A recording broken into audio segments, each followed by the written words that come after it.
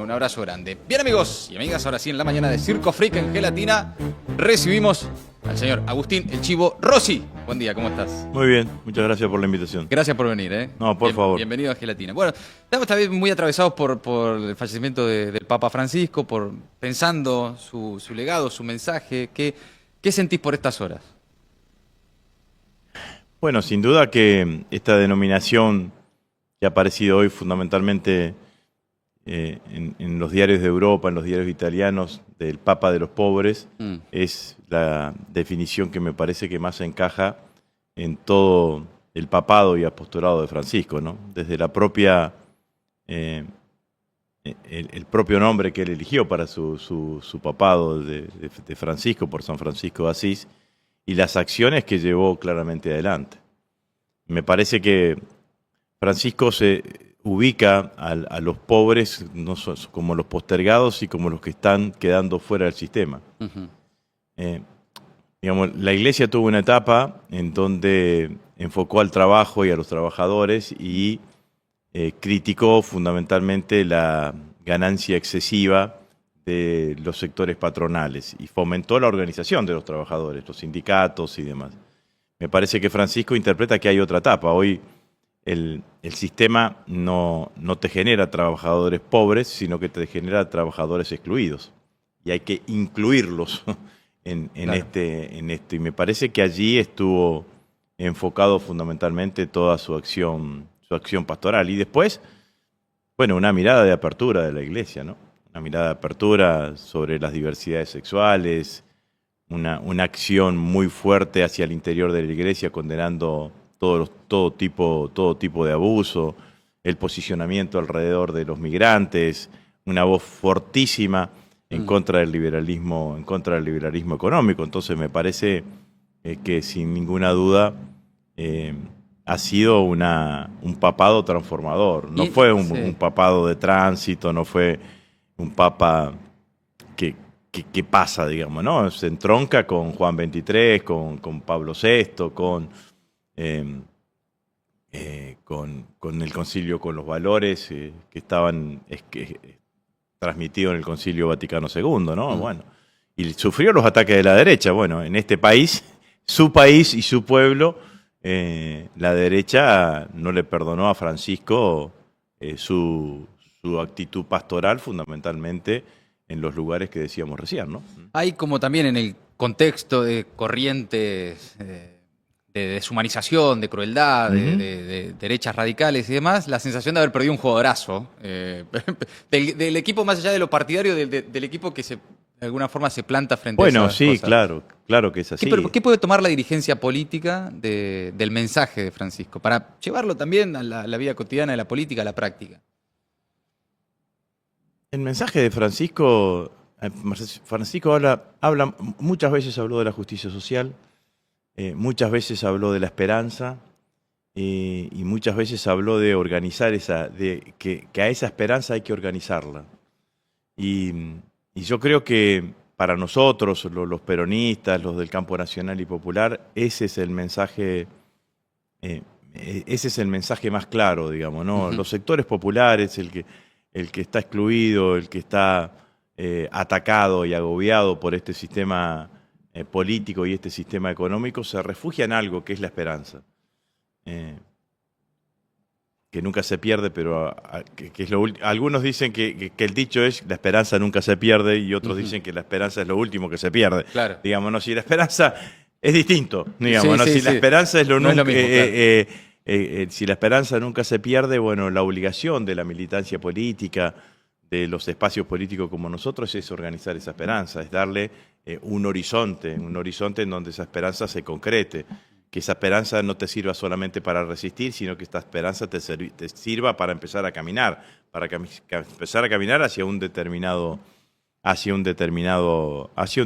lugar. Después, Él ha hablado de la construcción de puentes, ha hablado que el todo es más grande que las partes, que las unidades están por sobre las diferencias. Bueno, me parece que esos son también miradas y sentencias y mensajes de Francisco que se deben utilizar y que hay que ver cómo se implementan en cada una de las coyunturas políticas, en cada uno y en cada uno de los países. Pero ciertamente puso a la Iglesia en el lugar de tratar de representar a los sectores más golpeados por un sistema económico que además está en una vuelta de rosca, digamos, ¿no? Porque el capitalismo ya no es el capitalismo fordista, ni siquiera es el capitalismo financiero, este tecnocapitalismo que tenemos, que busca la destrucción del Estado, cuando el Estado es la única herramienta que tienen los sectores populares como para generar modificaciones en la estructura socioeconómica para que la vida sea un poquito más justa, un poquito más equilibrada. Ahí cuando hablamos de la representación del mensaje de Francisco y de la Iglesia, la doctrina social de la Iglesia y el peronismo, ¿no? Tienen un vínculo, por supuesto, directo. Pienso en esos sectores que por lo menos está en crisis la representación con el peronismo, digamos. Por lo menos está en tensión, ¿no? Sí. Hemos visto sectores populares acompañando a Milei, trabajadores acompañando fuertemente a Milei. ¿Qué es hoy el peronismo? ¿Qué representa? ¿Cómo vuelve a conectar con esa representación que por ahí perdió? El peronismo debe ser la representación de aquellos argentinos que quieren vivir en una sociedad más justa, más igualitaria, más equitativa, con justicia social, con movilidad social ascendente, de aquellos argentinos que entienden que hay valores que son identitarios de nuestra sociedad y que debemos defender: la educación pública, la universidad gratuita, de aquellos argentinos que entiendan que el Estado no es una cuestión dogmática, pero sí que el Estado es el único espacio de poder que tienen los pueblos cuando ganan las elecciones, digamos, ¿no? Alguna vez Cristina dijo, cuando le hicieron un reportaje, dice, bueno, tuviste tanto poder. Tuve el poder que te da el Estado. El resto de los poderes están en manos de la derecha. Digamos, cuando la derecha gana las elecciones, dice, han cantado bingo en la sala, tiene todo, digamos, ¿no? Cuando los sectores populares ganan las elecciones, tienen el Estado como herramienta para tratar de disciplinar al resto de los sectores, al resto de los factores económicos, al resto de las corporaciones, detrás de un objetivo común y que dejen de pensar en su propio interés sectorial, que es el que tienen las corporaciones. A mí me parece que lo que puso en crisis y lo que hoy intenta debatir con este debate berreta que presentan, digamos, que es el debate cultural, pero el intento es debatir sobre los valores en los cuales está constitutivos de la sociedad argentina.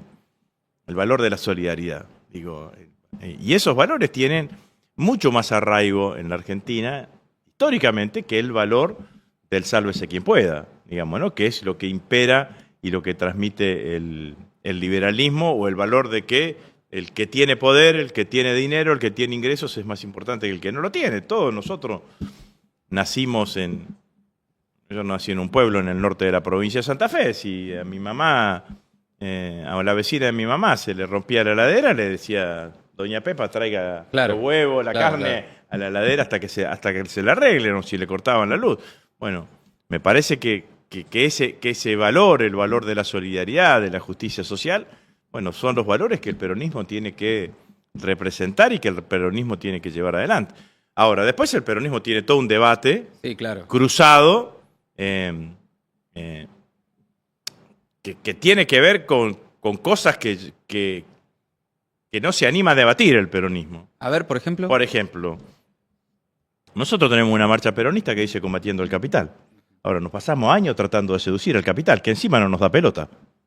Digamos, ¿no? Porque los sectores económicos siempre juegan en contra de los movimientos del campo nacional y popular, y siempre han estado en contra de los gobiernos peronistas. Antes o después, durante, tardan un poco más de tiempo o no para ponerse, porque en realidad lo que buscan es maximizar su tasa de ganancia, y para maximizar su tasa de ganancia lo que tienen que tener es mayores niveles de explotación laboral, y con eso maximizan su tasa de ganancia, o como tienen ahora este famoso carry trade que le da tasas de ganancias importantes. Entonces, si uno se imagina un futuro gobierno nacional y popular, ¿qué vamos a hacer? ¿Qué va a hacer el presidente o la presidenta de un futuro gobierno nacional y popular? ¿Hablarle a los argentinos y decirle necesitamos más esfuerzo? ¿Otra vez le vamos a pedir esfuerzo a quién? ¿A los jubilados, a los pensionados, a los trabajadores? ¿Quién va a poner el esfuerzo para sacar la Argentina adelante? Bueno, tienen que poner el esfuerzo para sacar la Argentina adelante los que están llevándosela con pala ahora. Esto me parece que el peronismo tiene que definir. Yo me imagino que después de estos 4 años de experiencia de Milei, si tenemos la posibilidad de volver a gobernar la Argentina, tiene que venir un peronismo transformador, un peronismo disruptivo. Diría casi un peronismo, sé que no está de moda la palabra, pero un peronismo revolucionario. Un peronismo que venga a transformar, sí, porque si no... yo te podría decir ahí lo que no fue el peronismo en su último gobierno. Bueno, eran otras etapas, era otro momento y era otra coyuntura. Yo fui jefe de gabinete de ese gobierno y sé los condicionamientos que hubo como para poder llevar adelante una gestión. Ajá. Reconozco que no satisfacimos las expectativas del conjunto de los argentinos. Tampoco creo que ese haya sido el peor momento de la historia, ni comparto con aquellos que dicen fue peor que el gobierno de Macri, por ejemplo. Digamos, no comparto absolutamente en nada de eso, pues además la realidad demuestra que fue absolutamente distinto. Macri dejó el doble de su ocupación que nosotros dejamos. Nosotros ampliamos derechos civiles, como por ejemplo la ley de interrupción voluntaria del embarazo y una cantidad de cuestiones más. Pero no me quiero enfocar en eso. Lo que digo es, el peronismo va a tener, como viene teniendo de hace tiempo, una discusión cuando tenga que elegir sus candidatos sobre si va a mostrar la cara de un peronismo más moderado o un peronismo más disruptivo. Ajá. Entonces, los que van a propiciar el candidato más moderado, el peronismo más moderado, te van a decir, no, necesitamos un peronismo que además en la potencial segunda vuelta pueda captar sectores votos de sectores independientes. Perdimos siempre que fue segunda vuelta. Entonces, primera conclusión, no hay que hacer una estrategia para ganar en segunda vuelta, hay que hacer una estrategia para ganar en primera vuelta. Y para ganar en primera vuelta lo que necesitamos es generar los candidatos que sean los que resulten elegidos. Lo que necesita generar es un proyecto y un mensaje que enamore a gran parte de la sociedad, argentina. Y yo creo que el mensaje tiene que ser un mensaje de certeza. Milei dio certezas, que después no cumplió ninguna. Dijo, voy a terminar con el Banco Central porque es el causante de la inflación. Bueno, nosotros también tenemos que dar certezas de lo que queremos presentar en el gobierno. Vamos a seguir sosteniendo tasas de exenciones impositivas enormes a empresas que son multinacionales, o como la de Mercado Libre, Mercado Pago, de Galperín, que encima tributa él personalmente en Uruguay. Bueno, yo en el año 2006, apenas había llegado yo al Congreso, 2007 hicimos lo que fue la antecesora de la ley de la industria del conocimiento, que fue la ley del software. No estaba pensada para Galperín. Era una ley de fomento. Las leyes de fomento, ¿cuáles son? Son aquellas leyes en donde el Estado fomenta un determinado tipo de actividad porque cree que esa actividad le va a hacer bien a la Argentina, que además va a ser una actividad que va a generar dólares exportables, bueno, por distintos motivos. Bueno, estaba pensado en la pequeña y mediana empresa chica.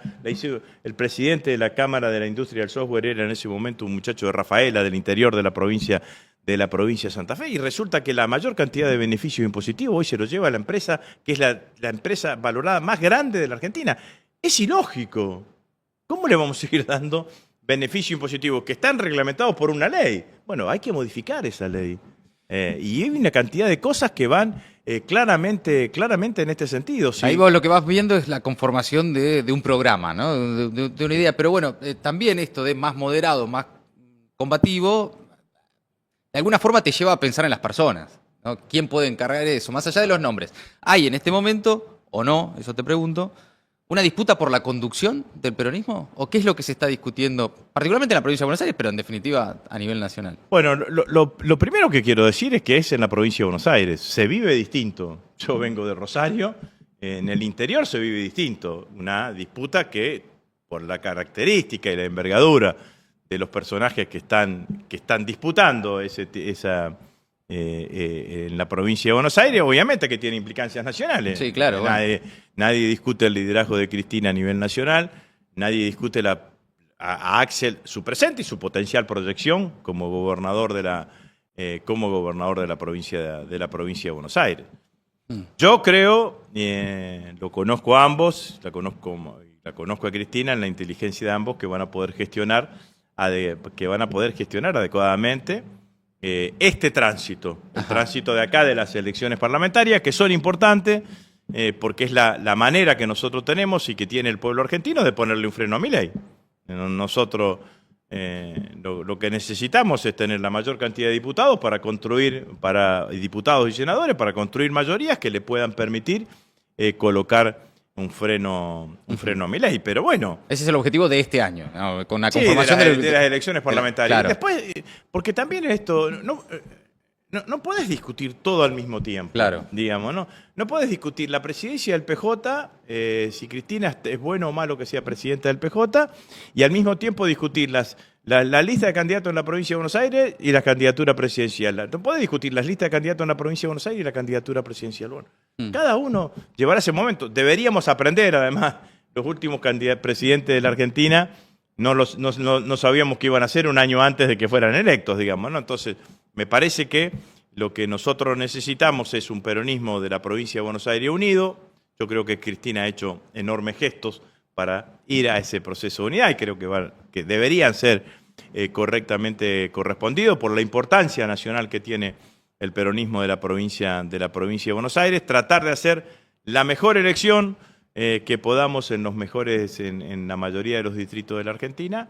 Y una vez que tengamos la mejor elección, tener mayoría en el Parlamento y con eso condicionar las políticas más agresivas que está llevando adelante Milei contra el conjunto del pueblo argentino. Este me parece que tiene que ser el plan. Obviamente que después el peronismo, por eso dije que esta discusión de un peronismo más moderado, un peronismo más disruptivo va a aparecer. Bueno, porque viene apareciendo últimamente. Yo creo que esta vez la tenemos que dar no solamente pensando en la cuestión electoral, sino que tenemos que darlo y decir, bueno, ¿qué es lo que vamos a hacer cuando estemos en el gobierno? ¿Hacia dónde queremos que vaya la Argentina? Después te aparece otra discusión. Necesitas hacer una coalición lo más amplia posible. Bueno, y ahí pareciese que amplitud va en contra de intensidad ideológica, digamos, ¿no? Claro, entonces, claro. Yo digo que la coalición futura del peronismo tiene que ser lo más amplia posible, pero que en tanto en cuanto no pierda intensidad ideológica, porque creo que vas a necesitar, porque este tipo es un destructor, está destruyendo la Argentina, está destruyendo los valores sobre los cuales los institutos sobre los cuales fue construido la Argentina durante todos estos últimos años. Entonces, vos necesitas reconstruir la Argentina. Vas a necesitar reconstruirla la Argentina. No va a ser cualquier gobierno, va a ser un gobierno de reconstrucción nacional, porque este tipo está destruyendo absolutamente todo. Ahora te voy a preguntar por Santa Fe, porque ya pensando también en un peronismo más allá de las fronteras del AMBA, es interesante qué pasa en la provincia de Santa Fe, pero ahí yo interpreto que, entonces, ¿qué es ¿es una cuestión actitudinal? ¿O es una cuestión programática? ¿Es una cuestión de ideología política? ¿Qué es lo que está en tensión en el peronismo? Porque digo, parece una cuestión actitudinal. Bueno, Alberto era de tal manera, tal o cual es de tal otra, ¿no? Esta cosa más de las particularidades del personaje. No, para mí no. Por ahí la idea, el programa, la ejecución, la decisión. Para mí hay matices en cuanto matices o diferencias en cuanto a las herramientas que hay que utilizar detrás de un objetivo común, que es mejorarle la calidad de vida del conjunto de los argentinos. Okay. Yo digo, a ver, ¿hay alguna posibilidad? No hay posibilidad matemática de que en la Argentina sea una sociedad más igualitaria si los que ganan más empiecen a ganar menos y los que ganen menos ganen más. No hay posibilidad matemática. Me van a contestar algunos, dicen, no, lo que necesitamos es crecimiento económico. Si necesitas crecimiento económico sin políticas de igualdad, que para mí tiene que ser el término que conjugue el peronismo, la igualdad, en los próximos años, por más van a crecer todos en la misma proporción y la desigualdad se va a seguir manteniendo. Nosotros necesitamos una sociedad más igualitaria, que son las sociedades que generan más creatividad, que generan más riqueza, que son las sociedades más modernas. Nos quieren llevar a un fenómeno de tecnofeudalismo. ¿Quiénes van a ser los dueños de la Argentina? Ya no tenés un señor feudal que te dice, te alambra todo esto, las vacas y las personas que están acá son mías. Pero tenés 4 o 5 tipos que te manejan la economía argentina que funcionan como tecnofeudales. Digo, en el mundo también, ¿eh? Sí, claro, digamos, claro. no. Excede Por la algo frontera, sí, estaban los que estaban sentados en primera fila en la asunción de Trump. Bueno, contra eso nosotros tenemos que oponernos. Nosotros tenemos que tener una sociedad diversa, plural, creativa, interactiva. ¿Por qué le pega tanto a la universidad pública, a la universidad gratuita? La están desfinanciando. ¿La están desfinanciando para qué? Para que en algún momento le digan, bueno, si quieren mejorar, pongan el arancel. Y si ponen el arancel, ya te sacan una cantidad más de chicos que puedan llegar a estudiar. Pero la universidad, la universidad gratuita, el trabajador sindicalizado, son los símbolos de movilidad social ascendente. Y eso está identitario en el peronismo, en la sociedad argentina, digamos. Mi hijo, el doctor de Florencio Sánchez, es de 1904, 1905, antes de que nazca el peronismo. La ley 1420 la hizo Roca y Sarmiento. Sí, entiendo, entonces, claro.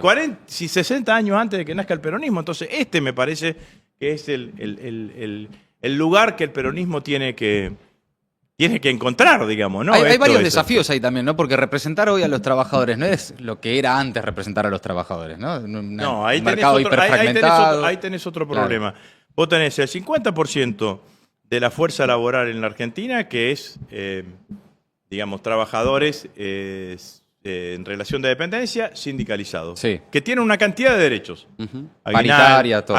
Paritaria, convenio colectivo, aguinaldo, vacaciones pagas, licencia por enfermedad. El otro 50% son los informales absolutos o son los monotributistas.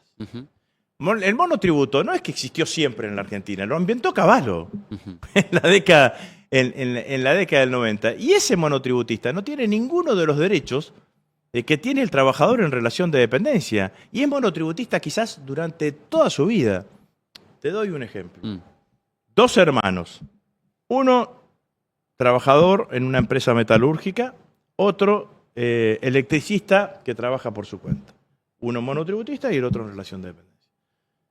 El que está en relación de dependencia tiene vacaciones pagas, el monotributista tiene que juntarse unos mangos, saber que los días que se va de vacaciones no va a laburar y que no va a facturar y con eso poder irse de vacaciones. Se enferma el trabajador metalúrgico, le manda la RT o quien sea, el médico a la casa y dice, bueno, tantos días te quedan en tu casa, además el monotributista pierde de laburar, no factura. Y así, absolutamente, obviamente que no cobra aguinaldo. No, está claro. Obviamente. Entonces, ¿qué hizo? Fíjate lo perverso que hizo Milei. Porque en los trabajadores monotributistas sacó más votos que en los trabajadores en relación de dependencia. Entonces, a los trabajadores monotributistas le dijo, mirá, estos trabajadores en relación de dependencia son castas también, porque tienen todos estos derechos. Privilegios, claro. No le dijo derechos, le dijo, tienen estos todos privilegios. Lo que yo voy a hacer es sacarle estos privilegios para igualarlo a vos. El peronismo tiene que ser exactamente al revés. Tiene que decir de qué manera algunos de los derechos adquiridos que tienen los trabajadores en relación de dependencia lo empiezan a cobrar los trabajadores monotributistas. Por ejemplo, el aguinaldo. ¿Cómo hacemos? ¿Cómo hacemos para que un monotributista pueda cobrar el aguinaldo o algo similar que fortalezca su condición de trabajador? Bueno, eso es lo que tiene que hacer. El peronismo tiene que impulsar una mayor sindicalización. Sí, tiene que impulsar una mayor sindicalización. Cuento una cosa. En el medio de la campaña, Massa Rossi, me reúno con un grupo de compañeros. 6 o 7 compañeros. Y me dice, bueno, nosotros somos una asociación civil, tenemos una mutual médica, pero lo que queremos es ser un sindicato y no nos dan todavía la personería gremial, no sé por qué inconveniente. Bueno, me dice, no, porque no tenemos un mismo patrón, una misma patrona. ¿Y qué son? Paseadores de perros. Paseadores de perros. Laburan de paseadores de perros. Y querían conformar una organización sindical. Y yo creo que el peronismo tiene que favorecer la conformación de organizaciones sindicales, porque la conciencia del trabajador que está en una organización sindical es distinta al trabajador que siempre se la resolvió pues, la resolvió por sí solo, por sí mismo, digamos, ¿no? Porque el trabajador que está en una organización sindical alguna vez fue a la comisión interna, alguna vez fue al sindicato, alguna vez le dieron un bolsón de útiles escolares para sus hijos en el sindicato. Entonces, estos son los desafíos que tiene el peronismo de acá para adelante. Te planteo otro desafío, tiene más que ver con una cuestión, un debate económico, ¿no? Pero que bueno, también me parece que es una de las respuestas que todavía no tiene el peronismo para un sector importante de la sociedad, que es qué hacer con la inflación. Porque muchos tienen el recuerdo de su poder adquisitivo pulverizado por la inflación de los últimos años y dicen, che, mira, me pongo en el lugar del que dice, che, sí, todo lo que quieras, pero ahora la inflación está en 2 puntos, 1 punto. El propio gobierno diría, sí, todo lo que quieras, pero yo bajé la inflación, controlé el dólar, la gente está tranquila Sí, en ese bueno, sentido. Pero ¿cuál es la respuesta también del peronismo a eso? La inflación de este último mes del 3,7% es una inflación más alta de todos los años que gobernó Cristina. Digamos, esto es así. Nosotros nos criticaban porque teníamos inflación de 2 puntos mensuales, o 1,8 y 1,8. Entonces... en la época de Cristina. En la época de Cristina. Después, yo creo que mirar la economía solamente desde ese lugar es una mirada equivocada. No equivocada, incompleta, para ser absolutamente justo. Lo que ha demostrado este gobierno de Milei, y ha venido demostrando durante todo este último tiempo en la Argentina, que en la Argentina lo que no se puede hacer es política económica sin dólares. El gobierno de Milei, el jueves antes de anunciar el acuerdo con el fondo, estaba groggy. Y estaba groggy porque se le habían vaciado las reservas, que había tenido un colchón de reservas con la devaluación apenas asumió, que había tenido un segundo colchón de reservas cuando fue el blanqueo que le dio arriba de 25.000 millones de dólares, y necesitaba tener un colchón de reservas, necesitaba dólares. ¿Para qué necesitaba tener esos dólares? Necesitaba tener esos dólares fundamentalmente porque con una mayor cantidad de dólares puede tratar de anclar el tipo de cambio, que fue lo que hizo hasta antes del acuerdo con el fondo, y al anclar el tipo de cambio es el anclaje que tiene para el proceso inflacionario. Por eso, el mes pasado, independientemente de la variación estacional de la carne, cuando se disparó la brecha, se le subió la inflación al 3,7%. Y en alimentos 6%. Sí. Y en alimentos 6%, y todos pronostican que vamos a tener abril, mayo, en mayo y en junio vamos a tener inflaciones altas y vamos a andar entre los tres meses, abril, mayo y junio, alrededor del 12%. Entonces, sí, entiendo las críticas al sistema, al modelo de Milei. Yo insisto que hay, para mí, vacante todavía una explicación para la sociedad por parte del peronismo de cómo le van a garantizar que los precios no se vayan al carajo cuando gobiernen, ¿no? Porque digo, yo entiendo que no es incompleto si solo pensás en la inflación, pero mucha gente piensa en la inflación. Bueno, sí. El mandato principal de Milei fue bajar la inflación, más allá después de esto que está pasando en Pero te vuelvo a decir, el mandato principal de Milei fue bajar la inflación, pero no la bajó, digamos. Cuando yo digo, porque si no pareciese que los años que gobernó Cristina, la inflación estaba por encima, la inflación estaba por encima de los indicadores que tomó Milei. Y nosotros gobernamos con niveles de crecimiento económico.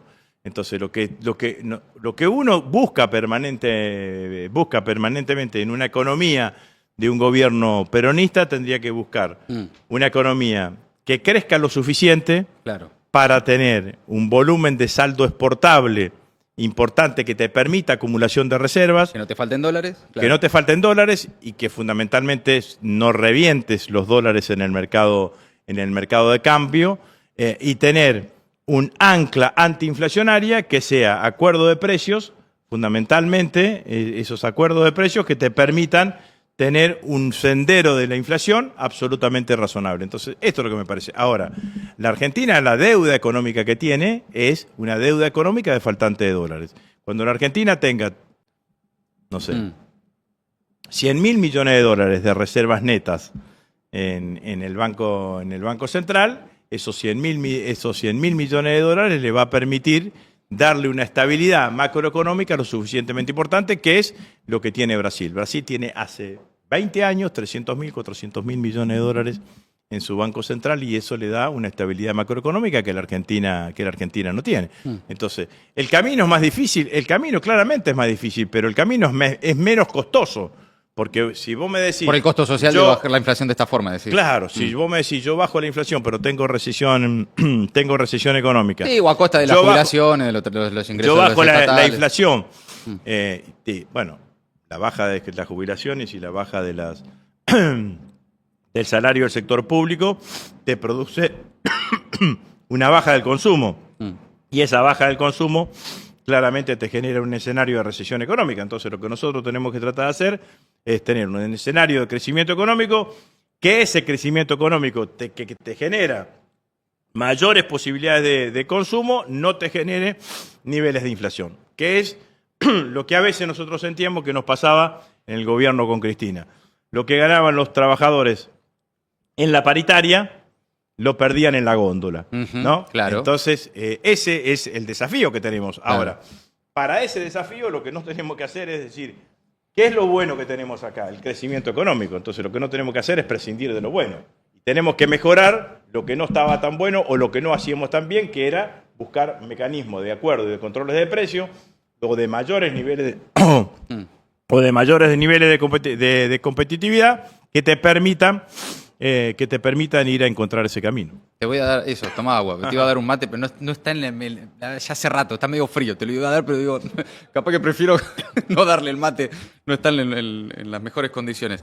Chivo, no quiero terminar esta charla sin preguntarte por Santa Fe. Sí. ¿Qué diagnóstico tenés, qué análisis tenés de la elección que se realizó ahora? Sí. De cómo fue el peronismo unido, pero también con alguna fragmentación, y qué tipo de elección realizaron. Con una baja participación también en Santa Fe, ¿qué diagnóstico tenés de esa elección?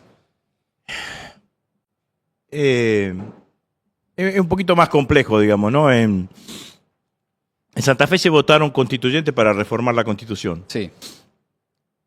Todo se hizo a las apuradas, desde la necesidad de la declaración de la reforma, que la hizo el gobernador cooptando un sector del peronismo, el sector encabezado, liderado por el ex gobernador Perotti, que a cambio de darle la reforma electoral se llevó un miembro de la Corte, ampliaron la Corte, digamos una negociación abierta, sí, digamos, sí. no. Se vio todo. No a oscuras.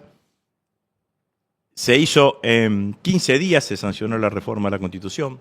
No hubo consulta previa a los actores de la sociedad civil.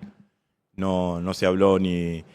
Digo, con los mínimos, ¿no? Las cátedras de Derecho Constitucional en las distintas universidades que existen en la provincia de Santa Fe, los colegios profesionales, no hubo absolutamente nada de eso.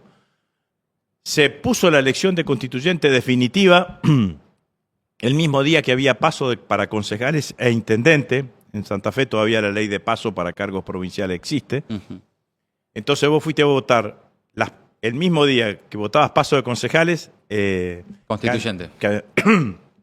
Constituyente en forma definitiva. Eso generó... Toma agua, chicos, toma agua, tranquilo. No, tranquilo, que esto no es como la tele, acá tenemos más tiempo, no hay apuro. Esté tranquilo. Eso generó que el peronismo no pudiese hacer elecciones internas. Podés seguir, Chivo, si no, te damos un minuto, para que descanses, para que tomes aire, para que recuperes la garganta, sobre todo. Te veo que estás ahí. Sobre todo para que...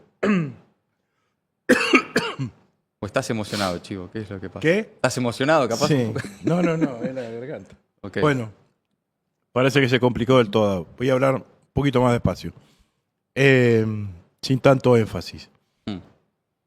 Al no haber paso para elegir los constituyentes, el peronismo no tenía forma de dirimir sus diferencias, entonces fuimos divididos y el único espacio político que fue unido fue el espacio político del gobernador, que se ordenó, y se hicieron las elecciones sin la difusión necesaria, sin darle la importancia necesaria, o sea que la elección que significaba la importancia trascendente que significaba que iba a elegir a quienes iban a diseñar la arquitectura institucional de la provincia en los próximos 30 años, digamos, ¿no? Cuando se va a volver a reformar la Constitución, fue la elección de menor nivel de participación desde 1983 hasta la fecha. En términos efectivos, el gobernador, que fue el que ganó las elecciones, sacó el 17% de los votos, sobre el 100% de los ciudadanos habilitados para votar. Sacó el 34% sobre el 50%, que fue el que fue a votar. Nosotros entramos segundos en uno de los sectores del peronismo, que es el que encabezaba Juan Monteverde. Sí. Hicimos una buena experiencia, una experiencia que nosotros reivindicamos, porque fue unir el peronismo de toda la provincia con la experiencia de Ciudad Futura, que tiene mucho peso en la ciudad de Rosario, una experiencia progresista, de centroizquierda. Y en poco tiempo de campaña logramos una buena elección. Vamos a ser los que tenemos el segundo nivel de la segunda número en cuanto a cantidad de constituyentes. El peronismo tuvo 2 candidatos más. Uno, el senador Lewandowski, que sacó el 8% de los votos, y otro candidato que sacó el 2% de los votos. En total, cuando uno suma la cantidad de votos del peronismo, es el 26-27%, que es las elecciones tradicionales que tiene el peronismo en la provincia de Santa Fe, van entre el 27% y el 32%, o sea que no estamos tan lejos de lo que es nuestra votación tradicional. El desafío que tenemos ahora es que los 2 sectores que sacaron convencionales coordinen su tarea en la constituyente y reunificar el peronismo en vista a la elección de diputados nacionales. Bien. Porque yo creo que la elección de diputados nacionales en Santa Fe va a ser una elección donde no va a haber 2 espacios políticos, sino que va a ser de tercios. Va a estar los libertarios, vamos a estar nosotros, y el gobernador seguramente armará su lista, y en ese escenario nosotros tenemos posibilidad de hacer una muy, muy buena elección. Chivo, se recuerdan mucho, por último, por ahí no los 20 y picos que nos miran, pero muchos recuerdan tus intervenciones en la Cámara de Diputados. Sí. ¿Vas a volver? ¿Vas a ser candidato? Sí, voy a ser candidato. Voy a tratar de ser candidato. Todavía no va ¿Vas a ser candidato a diputado nacional? Ah, de diputado nacional. La verdad que estoy trabajando hace tiempo en la provincia para tratar de, en este término voy a tratar de, en este tiempo voy a tratar de intensificarlo, de construir una lista lo más unitaria posible, como dije recién, integrada con compañeros y compañeras candidatas de comprobada adhesión a nuestras ideas, y que vayan a la Cámara de Diputados a votar en contra de las iniciativas del gobierno de Milei. Nosotros necesitamos compañeros y compañeras que vayan a fortalecer las posiciones políticas que han sostenido mayoritariamente los bloques parlamentarios. Digamos, no hay que ponerle un freno a Milei en el Congreso de la Nación, y para eso hay que ganar las elecciones, digamos, ¿no? Entonces hay que tener buenos candidatos, y también candidatos que sean capaces de ponerle un freno a todas las políticas que está llevando adelante el gobierno de Milei, y no que nos encontremos muchas veces como nos encontramos con sorpresa, digamos, ¿no? Con los cuadros de la vida, digamos, ¿no? Me parece que en eso también, no solamente en Santa Fe, sino en toda la provincia, tenemos que ir por ese camino, ¿no? Bueno, va a ser candidato el Chivo Rossi a diputado nacional en la provincia de Santa Fe, lo acaba de confirmar. Para quienes no recuerdan o no lo conocen, vayan a ver aquellas intervenciones de madrugada en la Cámara de Diputados, largas, defensa de proyectos. ¿Te acordás lo que eran esas roscas hasta tarde?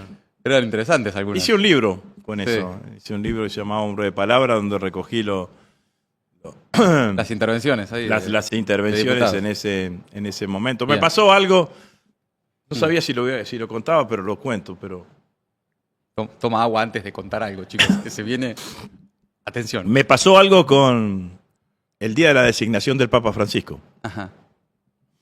Nosotros estábamos en sesión. En una sesión especial que habíamos pedido para homenajear ¿a quién? Al comandante Hugo Chávez.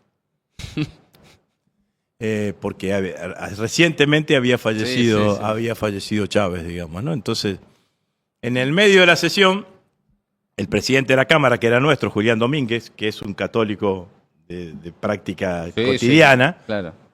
entra al recinto de la Cámara de Diputados y se pone en el lugar de la presidenta y dice, habemus papa, y ese argentino es Bergoglio. Toda la oposición aplaudió. Ajá. Y nosotros estábamos ahí porque veníamos con esa cosa Había una tensión. media tensión de Bergoglio. Y yo tenía que hablar y yo digo, justo ahora tiene que pasar Claro. esa situación. Y bueno, terminamos el homenaje a Chávez e hicimos una sesión especial de reconocimiento a Bergoglio. Y Cristina, que fue a la asunción a la entronización de Bergoglio como papa, armó una delegación pluripartidaria. Fuimos no solamente Cristina y algunos de los ministros, sino que fueron todos los presidentes de los bloques parlamentarios del Senado y de la Cámara de Diputados. Agustín, gracias por haber venido. No, muchas gracias a ustedes. Agustín, el Chivo Rossi en Circo Freak. Presten atención a este contenido.